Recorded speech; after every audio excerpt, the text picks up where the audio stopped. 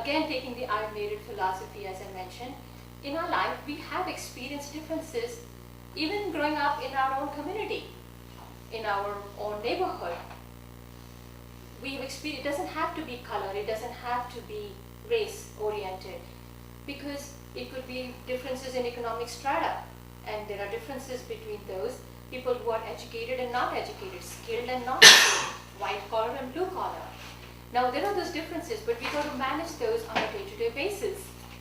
Now, again, the methodology takes you to understand that you've always made it when it came to cultural differences. You don't have to learn anything new and get overwhelmed with this whole aspect of what it looks and means to you. It's because you've always understood it. You managed it. You've dealt with it. And so through the workshop, I'll give you the tools, however, to make it cognitive to you so you can be consciously competent. Sounds good? So a common scenario in most companies, in most situations, where teams come together and we don't know what their agenda is, we don't know who they are, what makes them tick, what are their strengths, what are their motivations that are driving them to be who they are. Now, each one of us have always are working with teams at any given time, right? We're working with, like you said, you're social, so you're working with people all the time. You're working in a research company and you're always working with people with different projects, with completely different groups at any given time. You're running a business, you meet all people from all walks of life. Some agree with what you have to say, buy your products, and some don't. Either which way, if you understand who they are, what their success factors are, what is their DNA of success, and know your own, I think we'll be able to work a little bit more seamlessly. That's the premise of this. So if we were a team together now, sitting at this table, working on a project together, so this is a make-believe, right?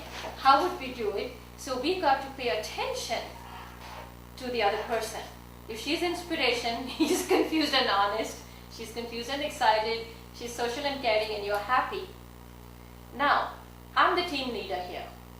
And if I had to give a project to each one of you, and I have to go and meet the director of a company, who do you think I'll pick?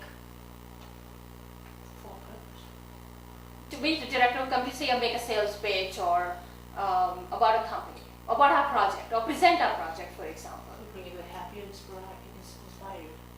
Happy and inspired? Yeah. Okay. Everybody agree? Yeah. Okay. So we are pulling things up. So let's say we had to organize a social event for, whole team members, take them out. Who do you think will pull together?